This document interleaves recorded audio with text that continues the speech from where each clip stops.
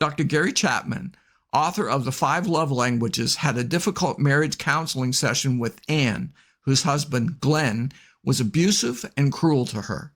She had long ago lost any love or respect for Glenn, but she was a Christian and refused to get a divorce.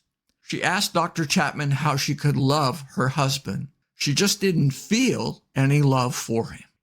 Dr. Chapman suggested Anne try doing acts of love to Glenn and see what happened next. Jesus said to love your enemies, and Glenn had become like an enemy. Over the next 6 months, Anne made daily decisions to love Glenn and did loving acts toward him. It wasn't easy, especially at first, but she persevered. And she began to love Glenn again. Over time, Glenn changed, and then he began to love her too.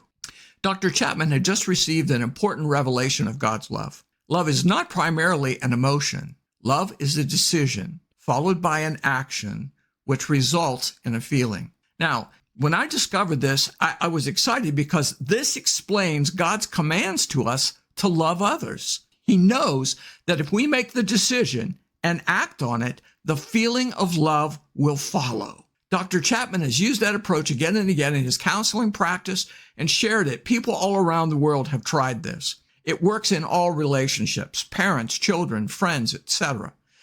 In Matthew 5:43-44, Jesus said, "You've heard that it was said, 'Love your neighbor and hate your enemy.' But I tell you, love your enemies and pray for those who persecute you." Jesus told us to love our enemies. He wasn't asking us to fake an emotion. Jesus never did anything fake. On the cross, Jesus decided to love the very men who murdered him. He did an act of love. He prayed for the very people who killed him. "Father, forgive them, for they do not know what they do."